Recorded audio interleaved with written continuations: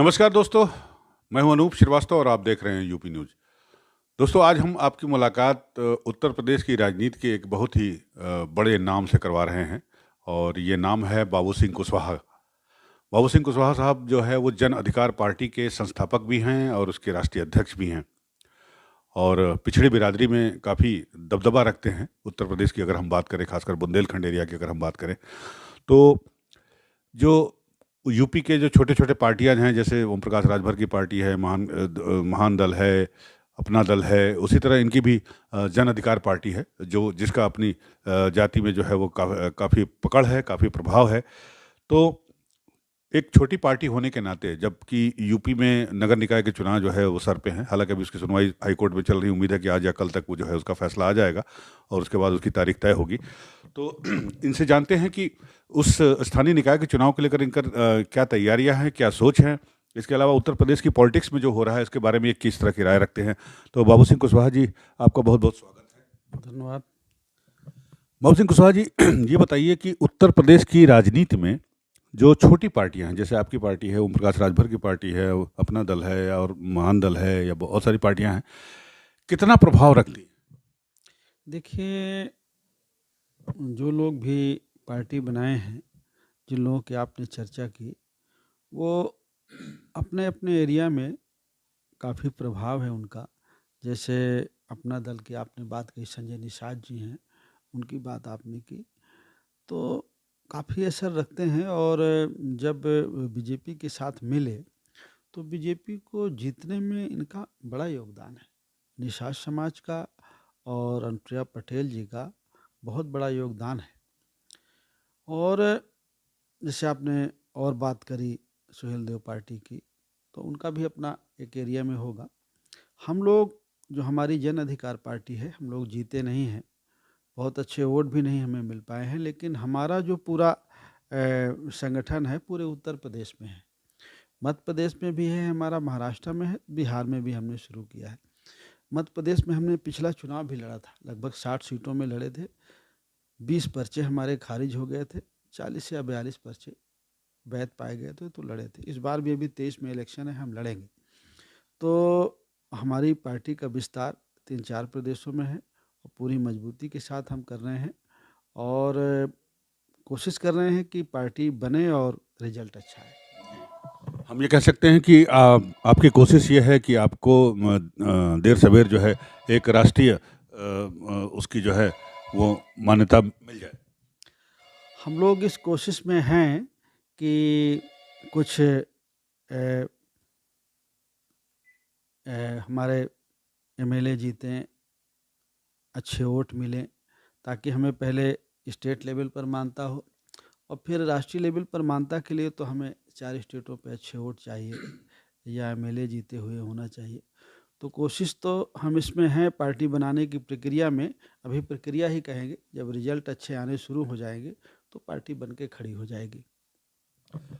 सवाल ये उठता है कुशवाहा जी कि जो छोटी पार्टियां हैं, खासकर जात के आधार पे जो पार्टियां हैं, उनका भविष्य क्या है? क्या उनका भविष्य यही है कि वो थोड़ा बहुत अपनी पहचान बनाकर या अपनी पैठ बनाकर जो है अल्टीमेटली उनको एक राष्ट्रीय पार्टी के साथ ही जोड़ना पड़ता है, यही उनका भविष्य है?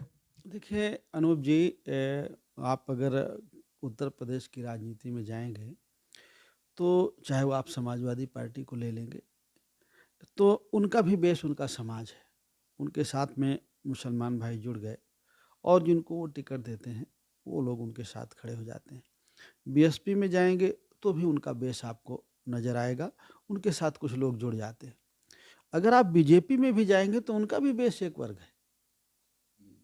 कांग्रेस को कह सकते थे आप कि कांग्रेस में कुछ सभी तरह के लोग जुड़े थे। बाकी बीजेपी की कोशिश है हिंदुत्व के नाम पर सभी बैकवर्ड क्लास के लोग, शेड्यूल कास्ट के लोग या और लोग जुड़ रहे हैं, लेकिन अगर आप उनका वेश देखेंगे और उनकी विचारधारा देखेंगे तो कुछ लोगों तक सीमित थी।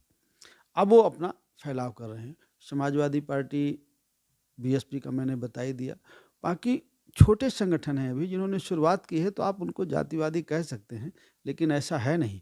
जैसे हमने जन अधिकार पार्टी बनाई, हमारे पहले प्रदेश अध्यक्ष निषाद समाज से थे। हमारे इस समय प्रदेश अध्यक्ष बघेल साहब, पाल साहब हैं जो हाई कोर्ट में इलाहाबाद में प्रैक्टिस करते हैं। हमारे मध्य प्रदेश के अध्यक्ष भी बघेल साहब हैं। बिहार के हमारे जरूर कुशवाहा समाज से हैं, लेकिन हर तरह के लोग हैं, चाहे जिला संगठन हो, चाहे विधानसभा लेवल हो, स्टेट लेवल में हो, तो सभी तरह के लोग हैं। कोई जाति विशेष की बात नहीं। ये लो हमारी ज़रूर कोशिश है कि हम लोग वीकर सेक्शन की बात करते हैं, पिछड़े और दलित की अक़लियत की बात करते हैं, बात सबकी करते हैं, लेकिन जो हक अधिकार से वंचित है, जो संविधान के तहत हमें मिलना चाहिए, देश के किसान को, मजदूर को, गरीब को मिलना चाहिए, उसकी वकालत ज़रूर हम कहते हैं। जैसे हम कहते हैं कि जाति जनगणना होनी चाहिए। भाई जाति जनगणना हो तो पता चले कि किसकी आबादी कितनी है, तो फिर आबादी के हिसाब से उसे हिस्सा मिल जाए। लेकिन अब ये कराएगी तो सरकार ही, सरकार नहीं चाहती है जाति जनगणना हो। तो ये जातिवाद की बात नहीं है। अगर कोई जाति की बात कह भी रहा है कि भाई हमें हिस्सा मिल जाए, तो उसमें कुछ गलत भी नहीं है। भारत तो जातियों का देश है, और ये कटु सत्य है कि जातिवाद है। आप उससे छुटकारा तो नहीं पा सकते हमारे देश में कि जातिवाद ने, जाति के आधार पर हम टिकट देते हैं, जाति के आधार पर गोलबंदी करते हैं, सभी करते हैं, सभी पार्टियां करती हैं। सभी पार्टियां करती हैं। और आरोप जो सत्तारूढ़ पार्टी है, यानी मैं बीजेपी की बात कर रहा हूँ, तो सत्तारूढ़ पार्टी पे ये भी आरोप है कि वो धर्म की भी राजनीति कर रही है, या राहुल गांधी के शब्दों में कहा जाए तो नफरत की राजनीति कर रही है। देखिए, धर्म की राजनीति तो और लोगों को गुमराह करके अपने साथ जोड़ करके जो उनका एजेंडा है उसको पूरा करने के लिए। उनका एजेंडा तभी पूरा होता है जब वो सत्ता में पहुंचते हैं, और सत्ता में पहुंचने के लिए ज़्यादा वोट चाहिए। तो ज़्यादा वोट वो हिंदुत्व का नारा देके ज़्यादा वोट कोशिश करते हैं कि धर्म के नाम पे ज़्यादा वोट आ जाएं, तो उनका जो एजेंडा है वो पूरा हो जाए। एजेंडा पूरा हो गया। चलिए, हम बात करते हैं एजेंडे की ही।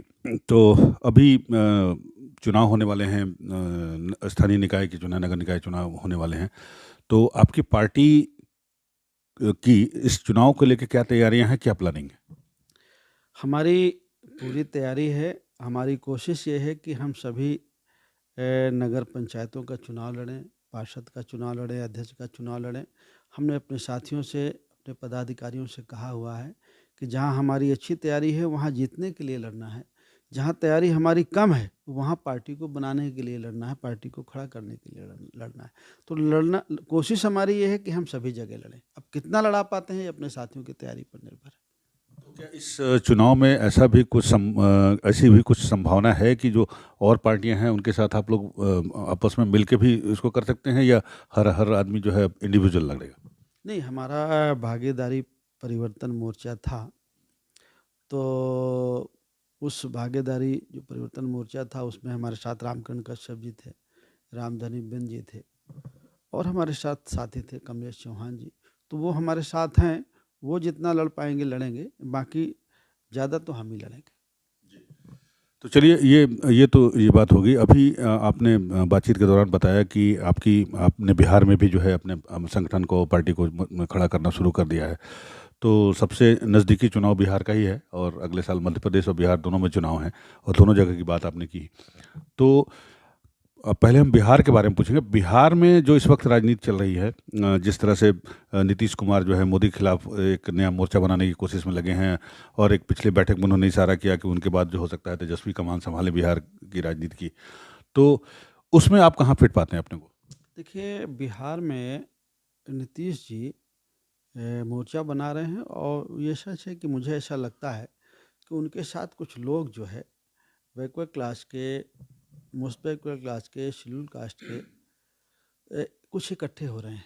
अगर अकेले लालू जी की पार्टी बनाती तो शायद अदर बैकवर्ड क्लास को जुड़ने में दिक्कत होती, लेकिन नीतीश जी बना रहे हैं तो मुझे ऐसा लगता है कि शायद जो बैकवर्ड क्लास की जो बाकी जातियां हैं, जो यादव के करीब नहीं जाना चाहती, शायद वो जुड़ जाएं। तो उनकी कोशिश है, लेकिन हम लोग भी कोशिश कर रहे हैं। हमसे पहले उपेंद्र जी वहाँ चला रहे थे, उपेंद्र कुशवाहा जी लोक समता पार्टी चला रहे थे, वो नीतीश जी के साथ मर्ज कर दिए। अब हमारी पार्टी है जन अधिकार पार्टी, अकेले वहाँ। हालांकि जन अधिकार पार्टी के नाम से एक पार्टी और बनाया है, लेकिन वो जन अधिकार पार्टी लोकतांत्रिक है उनकी, हमारी खाली जन अधिकार पार्टी है। तो हम काम कर रहे हैं वहाँ, और वहाँ पर हमारे बड़े पैमाने पर समर्थक हैं, और लोग हम अधिकांश मेरी बात होती रहती है, तो मैं जल्दी जाने वाला भी हूँ। उससे पहले चुनाव मध्य प्रदेश का है, और मध्य प्रदेश जो आप यहाँ से चलेंगे आगरा से भिंड, मुरैना, ग्वालियर, दतिया, शिवपुर, शिवपुरी, अशोकनगर, सागर, निवाड़ी, टीकमगढ़ और दमोह, छतरपुर, सतना, रीवा, सीधी, सिंगरौली जो सोनभद्र के पास है। आगरा से चल के जो उत्तर प्रदेश का बॉर्डर जो सिंगरौली तक जाता है, बॉर्डर आप आगरा से चलेंगे तो झांसी, महोबा, बांदा, इलाहाबाद और फिर यह सिंगरौली, सोनभद्र तक, यहाँ हमारी पूरी तैयारी है और यहाँ हम बहुत अच्छा करेंगे और रिजल्ट भी हम लोग लाएंगे। यहाँ मध्य प्रदेश के बारे में बात की, आखिरी सवाल आपसे पूछता हूं कि मध्य प्रदेश में क्या आपको लगता है कि जिस तरह से बीजेपी ने सत्ता हथियाई कांग्रेस से, उसके बाद से क्या मामा शिवराज चौहान जो है चौकड़ा मार सकेंगे? देखिए, शिवराज जी क्या कर पाएंगे? देखिए, सबसे बड़ा मुद्दा वहाँ ओबीसी का रिजर्वेशन का मामला था। पूरे अधिकांश भारत में 27% रिजर्वेशन लागू है, लेकिन मध्य प्रदेश में अभी भी 14% है। बीजेपी की सरकार 18-20 सालों से है, शिवराज सिंह चौहान साहब मुख्यमंत्री हैं, बैकवर्ड क्लास के हैं, लेकिन वो 14 से 27% रिजर्वेशन नहीं कर पाए। 3-4 हज़ार प्राथमिक विद्यालय बंद कर दिए गए, बहुत सारी वहाँ समस्याएं हैं। तो उस चीज़ों को देखते हुए मुझे ऐसा नहीं लगता है कि चौहान साहब आएंगे, लेकिन आप चुनाव के समय पर जो गोलबंदी होती है हिंदू मुसलमान की, अब उसमें कितना सफल होगी कांग्रेस, क्या करेगी? लेकिन कांग्रेस भी ऐसा नहीं है कि कांग्रेस एकदम से आप कह सकें तो मार जाएगी, क्योंकि हिमाचल सबसे बड़ा सबूत है। नहीं, हिमाचल है, लेकिन कांग्रेस की जो लोकल लीडरशिप है वो ऐसा नहीं लगता है कि जीतना चाहती। मध्य प्रदेश में दिग्विजय सिंह साहब हैं जो पूर्व मुख्यमंत्री जी हैं, और जो अभी मुख्यमंत्री रहे हैं कमलनाथ साहब, तो वो लगे हैं। तो कैसा रिजल्ट आता है, लेकिन हम लोग भी तो छोटे जो संगठन है वो भी तो लगे, हम लोग लगे हैं, समाजवादी भी लड़ती है, बीएसपी भी लड़ती है, हालांकि बीएसपी अच्छी पोजीशन में जाके बैक हो गई। तो अभी हम लोग भी 2-3 लोग तो लड़ेंगे ही मध्य प्रदेश में अच्छे से। तो बहुत बहुत बधाई आपको, शुभकामनाएं। तो ये थे बाबू सिंह कुशवाहा साहब, जो अपनी पार्टी जन अधिकार पार्टी, जिसके ये राष्ट्रीय अध्यक्ष भी हैं और इस पार्टी को उन्होंने खुद बनाया भी है। तो शहने शहने यूँ कह सकते हैं, धीरे धीरे जो है ये अपनी पैठ बना रहे हैं उत्तर प्रदेश, न सिर्फ उत्तर प्रदेश में बल्कि बिहार और मध्य प्रदेश में भी, और उत्तर प्रदेश में भी जो स्थानीय निकाय चुनाव है उसमें भी ये लड़ने की तैयारी में है, और साथ ही साथ अगले साल जो बिहार और मध्य प्रदेश में विधानसभा चुनाव होंगे उसमें भी ये पूरी दमखम से अपनी ताकत को आजमाएंगे। अनूप श्रीवास्तव, लखनऊ।